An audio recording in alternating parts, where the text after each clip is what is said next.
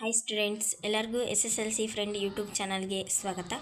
ಯಾರ್ಯಾರಿನ್ನೂ ನಮ್ಮ ಚಾನಲ್ನ ಸಬ್ಸ್ಕ್ರೈಬ್ ಮಾಡ್ಕೊಂಡಿಲ್ಲ, ಬೇಗ ಸಬ್ಸ್ಕ್ರೈಬ್ ಮಾಡ್ಕೊಳ್ಳಿ.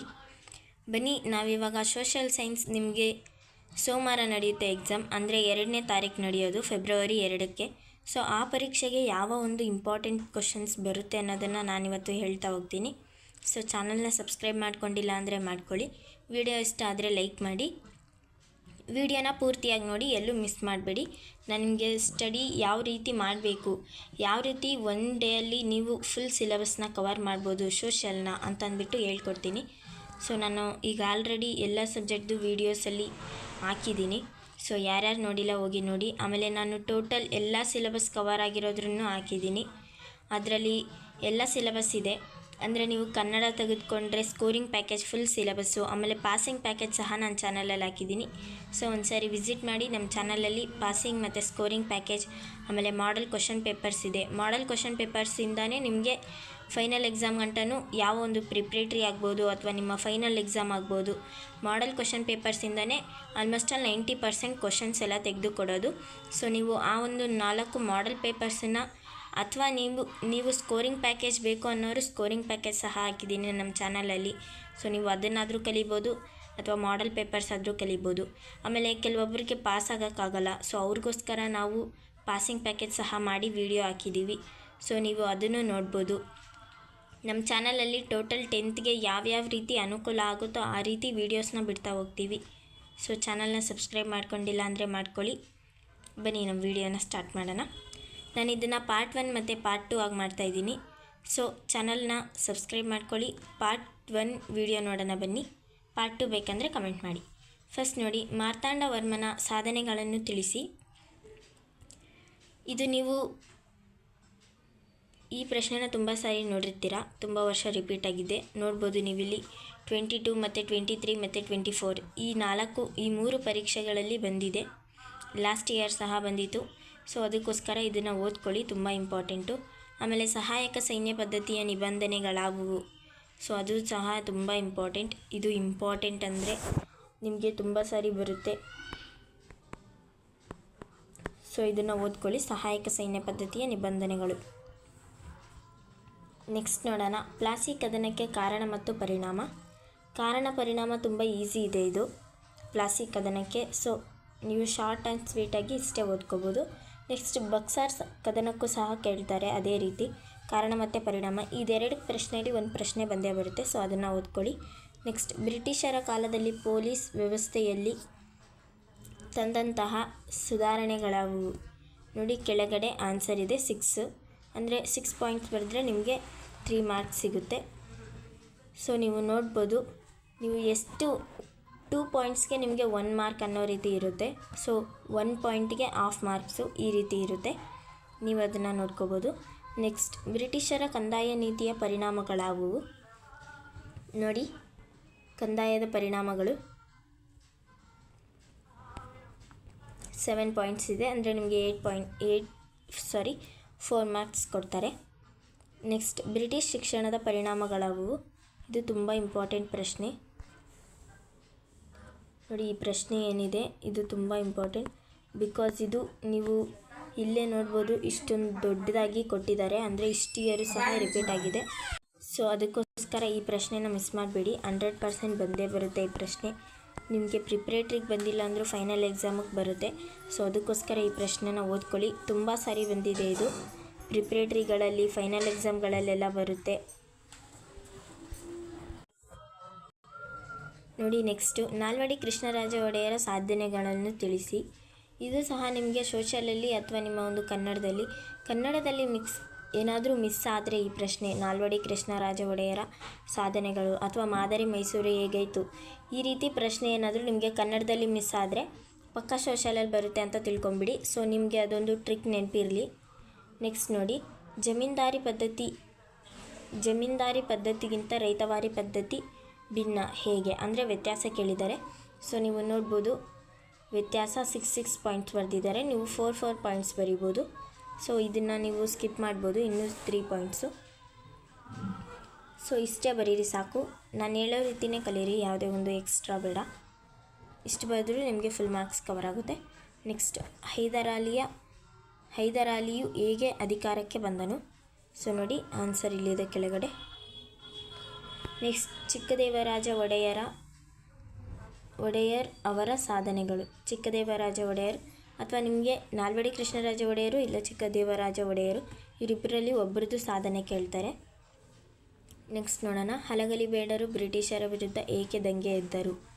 ಸೊ ನೋಡಿ ಆನ್ಸರ್ ಕೆಳಗಡೆನೇ ಇದೆ. 8 ಪಾಯಿಂಟ್ಸ್ ಇದೆ. 4 ಮಾರ್ಕ್ಸ್ ಕೊಡ್ತಾರೆ, ಇಲ್ಲಾಂದರೆ 3 ಮಾರ್ಕ್ಸ್ ಕೊಡ್ತಾರೆ. ಆಲ್ಮೋಸ್ಟ್ ಆಲ್ ಆ ಪ್ರಶ್ನೆನ 3 ಮಾರ್ಕ್ಸ್ಗೆ ಕೊಡ್ತಾರೆ. ನಾನು 4 ಮಾರ್ಕ್ಸ್ ಕೊಡೋದೆಲ್ಲ ಇಂಪಾರ್ಟೆಂಟ್ ಅಂತ ನಿಮಗೆ ಹೇಳ್ತೀನಿ. ಸೊ ಅದನ್ನು ಮಾತ್ರ ಪಾಯಿಂಟ್ ಮಾಡಿ ಓದ್ಬೋದು ನೀವು. ನೆಕ್ಸ್ಟ್ ನೋಡಿ. ಮೈಸೂರು ಸಂಸ್ಥಾನದ ಅಭಿವೃದ್ಧಿಯಲ್ಲಿ ದಿವಾನ್ ಕೆ ಶೇಷಾದ್ರಿ ಅಯ್ಯರ್ ಪ್ರಮುಖ ಪಾತ್ರ ವಹಿಸಿದ್ದರು. ಇದೇನು ಅಷ್ಟು ಇಂಪಾರ್ಟೆಂಟ್ ಅಲ್ಲ, ಅದನ್ನು ನೀವು ಪ್ರಶ್ನೆ ಸ್ಕಿಪ್ ಮಾಡ್ಬೋದು. ಬನ್ನಿ ನೆಕ್ಸ್ಟ್ ನೋಡೋಣ. 3ನೇ ಮತ್ತು 4ನೇ ಆಂಗ್ಲೋ ಮೈಸೂರು ಯುದ್ಧಗಳು ಮೈಸೂರಿನ ಟಿಪ್ಪು ಸುಲ್ತಾನನ ಪ್ರಾಬಲ್ಯ ಕುಗ್ಗಿಸಿತು. ಸಮರ್ಥಿಸಿ. ಅದು ಸಹ ಅಷ್ಟು ಇಂಪಾರ್ಟೆಂಟ್ ಅಲ್ಲ, ಇದನ್ನು ನೀವು ಸ್ಕಿಪ್ ಮಾಡ್ಬೋದು. ಸೊ ನಾನು ನಿಮಗೆ ಹೇಳ್ತಾ ಇರೋದನ್ನು ಕರೆಕ್ಟಾಗಿ ಕೇಳಿಸ್ಕೊಳ್ಳಿ, ಬಿಕಾಸ್ ನೀವು ಎಲ್ಲ ಓದೋಕ್ಕೆ ಒಂದೇ ದಿನದಲ್ಲಿ ಆಗೋಲ್ಲ.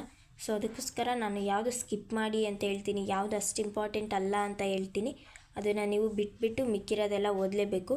ಬಿಕಾಸ್ ನಾನು ಇಂಪಾರ್ಟೆಂಟ್ ಕ್ವಶನ್ ಕೊಡ್ತಿದ್ದೀನಿ. ಇದರಲ್ಲೂ ನೀವು ಸ್ಕಿಪ್ ಮಾಡಿದರೆ ನಿಮ್ಮ ಒಂದು ಮಾರ್ಕ್ಸ್ಗಳು ಹೋಗುತ್ತೆ.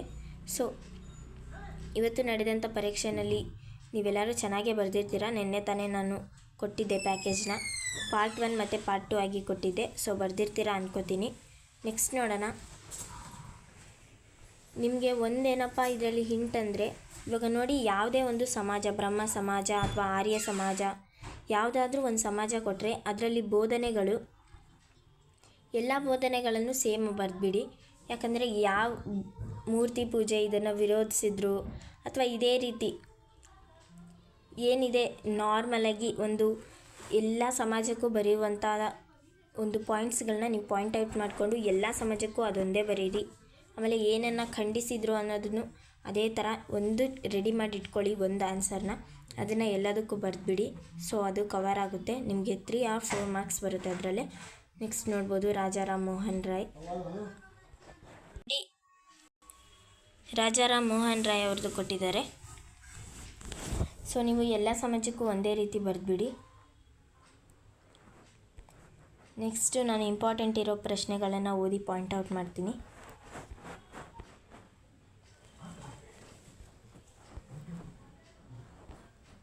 ಆಮೇಲೆ ಇದೊಂದು ಪ್ರಶ್ನೆ ನಿಮಗೆ ಎಕ್ಸ್ಟ್ರಾ ನೋಡಿ. ವಿವೇಕಾನಂದರು ಯುವಶಕ್ತಿಯ ಪ್ರೇರಕರಾಗಿದ್ದರು. ಇದು ಸ್ವಲ್ಪ ಇಂಪಾರ್ಟೆಂಟ್, ಬಿಕಾಸ್ ನಿಮಗೆ ಪ್ರಿಪ್ರೇಟ್ರಿಗಳಲ್ಲೆಲ್ಲ ಬರ್ತಾ ಇರುತ್ತೆ ಈ ಪ್ರಶ್ನೆ. ಸೊ ಅದಕ್ಕೋಸ್ಕರ ಆ ಪ್ರಶ್ನೆನ ಓದ್ಕೊಳ್ಳಿ. ಬನ್ನಿ ನೆಕ್ಸ್ಟ್ ನೋಡೋಣ. ಭಾರತೀಯ ಸಮಾಜಕ್ಕೆ ಅನಿ ಬೆಸೆಂಟ್ ಅವರು ನೀಡಿದ ಕೊಡುಗೆಗಳೇನು?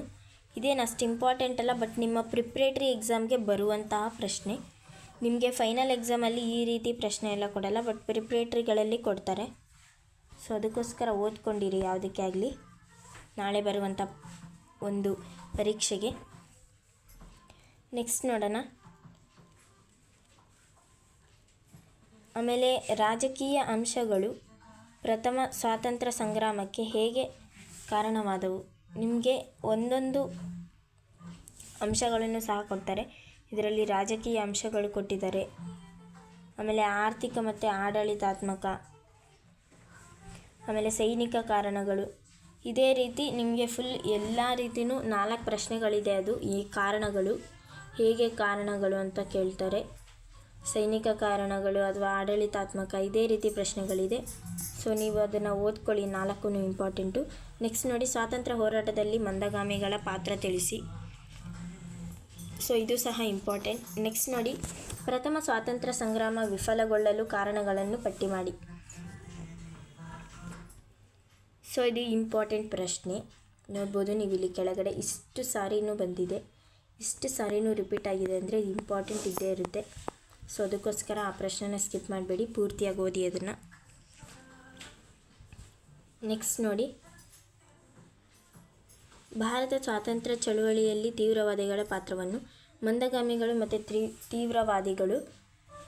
ಈ ಪ್ರಶ್ನೆ ಬರ್ಬೋದು 2ರಲ್ಲೊಂದು, ಬಟ್ ಆಲ್ಮೋಸ್ಟ್ ಆಲ್ ಆ ಪ್ರಶ್ನೆಗಳೆಲ್ಲ ಬರಲ್ಲ. ಪ್ರಥಮ ಸ್ವಾತಂತ್ರ್ಯ ಸಂಗ್ರಾಮದ ಪರಿಣಾಮಗಳು ಮತ್ತು ಕಾರಣಗಳನ್ನೇ ಬರೋದು. ಸೊ ಅದನ್ನೇ ಓದ್ಕೊಳ್ಳಿ. ನೆಕ್ಸ್ಟ್ ನೋಡೋಣ. ಸ್ವಾತಂತ್ರ್ಯ ಹೋರಾಟದಲ್ಲಿ ಕ್ರಾಂತಿಕಾರಿಗಳ ಪಾತ್ರ. ಸ್ವಾತಂತ್ರ್ಯ ಹೋರಾಟದಲ್ಲಿ ರೈತರು ಮತ್ತು ಕಾರ್ಮಿಕ ಹೋರಾಟಗಳನ್ನು ತಿಳಿಸಿ. ಸೊ ಇಲ್ಲಿ ನೋಡಿ, ನೀವು ಒಂದು ಪ್ರಶ್ನೆ ನೋಡ್ತಿದ್ದೀರಾ ಇವಾಗ. ಜಲಿಯನ್ ವಾಲಾಬಾಗ್ ಹತ್ಯಾಕಾಂಡ ಕುರಿತು ಬರೆಯಿರಿ. ಸೊ ಇದು ಇಂಪಾರ್ಟೆಂಟ್ ಪ್ರಶ್ನೆ. ಸ್ವಲ್ಪ ವರ್ಷನೇ ರಿಪೀಟ್ ಆಗಿದೆ, ಬಟ್ ಈ ಸಾರಿ ಬರ್ಬೋದು ಅನ್ನೋ ಒಂದು ಹೋಪ್ಸ್ ಇದೆ. ಸೊ ಅದನ್ನು ಓದ್ಕೊಳ್ಳಿ. ನೆಕ್ಸ್ಟ್ ನೋಡೋಣ. ನೆಕ್ಸ್ಟು ಒಬ್ಬೊಬ್ಬರ ಪಾತ್ರ ಕೇಳ್ತಾರೆ. ಇವಾಗ ಸ್ವಾತಂತ್ರ್ಯ ಹೋರಾಟದಲ್ಲಿ ಸುಭಾಷ್ ಚಂದ್ರ ಅವರ ಪಾತ್ರ, ಅಥವಾ ಬಾಲಗಂಗಾಧರ್ ತಿಲಕ್ ಅವರ ಪಾತ್ರ, ನೆಹರು ಅವರ ಪಾತ್ರ, ಗಾಂಧೀಜಿ ಅವರ ಪಾತ್ರ, ಆಮೇಲೆ BR ಅಂಬೇಡ್ಕರ್ ಅವರ ಪಾತ್ರ, ಅವ್ರದ್ದೆಲ್ಲದನ್ನು ಕೇಳಿದಾಗ ನೀವು ಅಂಬೇಡ್ಕರ್, ಗಾಂಧೀಜಿ ಮತ್ತು ಸುಭಾಷ್ ಚಂದ್ರ ಬೋಸ್ ಇವು 3 ಜನದ್ದು ಓದ್ಕೊಂಡಿರಿ. ಬಿಕಾಸ್ ಅವ್ರ 3 ಜನದಲ್ಲೇ ಒಬ್ರದ್ದು ಬರುತ್ತೆ, ಅದು ತುಂಬ ಇಂಪಾರ್ಟೆಂಟು.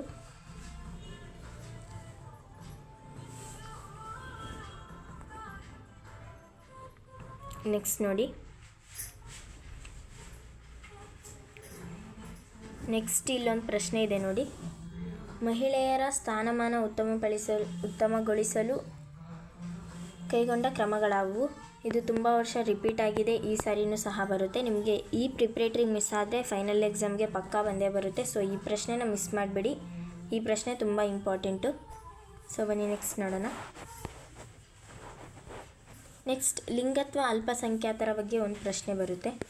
ಸೊ ಈ ಪ್ರಶ್ನೆ ಬರುವಂಥದ್ದು ಬಿಕಾಸ್ ನಿಮಗೆ ಈ ರೀತಿ ಪ್ರಶ್ನೆಗಳು ಕೊಟ್ಬಿಟ್ಟು ನಿಮ್ಮಲ್ಲಿ ಒಂದು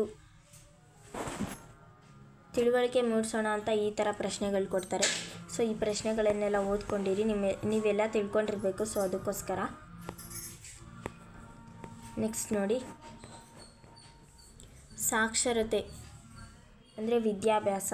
ಸೊ ಈ ಪ್ರಶ್ನೆ ಇಂಪಾರ್ಟೆಂಟ್ ಬಿಕಾಸ್ ಸಾಕ್ಷರತೆ ವೃದ್ಧಿಗೊಳಿಸಲು ಕೈಗೊಂಡಿರುವ ಕ್ರಮಗಳಾವುವು? ಸೊ ಆ ಪ್ರಶ್ನೆನ ಓದ್ಕೊಳ್ಳಿ, ಮಿಸ್ ಮಾಡಬೇಡಿ.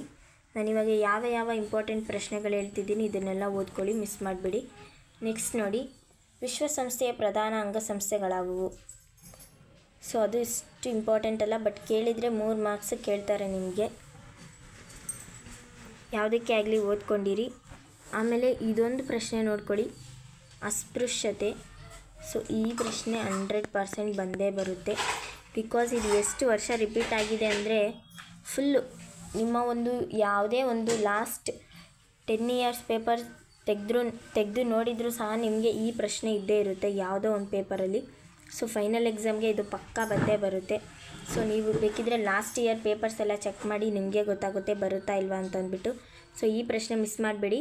ಅಸ್ಪೃಶ್ಯತೆ ನಿವಾರಣೆಗೆ ಸಂವಿಧಾನಾತ್ಮಕ ಮತ್ತು ಶಾಸನಾತ್ಮಕ ಕ್ರಮಗಳಾವುವು? ಸೊ ಈ ಪ್ರಶ್ನೆ ಬಂದೇ ಬರುತ್ತೆ ನಿಮಗೆ. ಅಸ್ಪೃಶ್ಯತೆ ಬಗ್ಗೆ ಬಂದೇ ಬರುತ್ತೆ ಪ್ರಶ್ನೆ.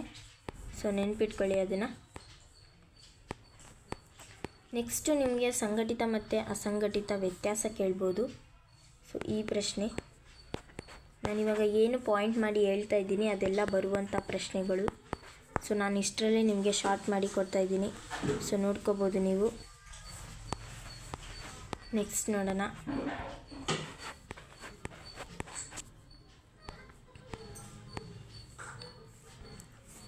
ನೆಕ್ಸ್ಟ್ ನೋಡಿ.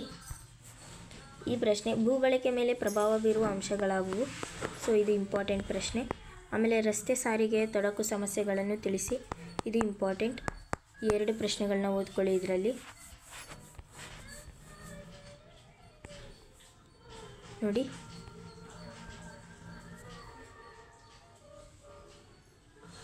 ವ್ಯವಸಾಯದ ಪ್ರಾಮುಖ್ಯತೆ. ಇಲ್ಲೊಂದು ಪ್ರಶ್ನೆ ಇದೆ, ವ್ಯವಸಾಯದ ಪ್ರಾಮುಖ್ಯತೆ. ಇದು ಲಾಸ್ಟ್ ಇಯರ್ ಎಲ್ಲ ಬಂದಿತ್ತು. ಸೊ ಇದನ್ನು ಓದ್ಕೊಳ್ಳಿ.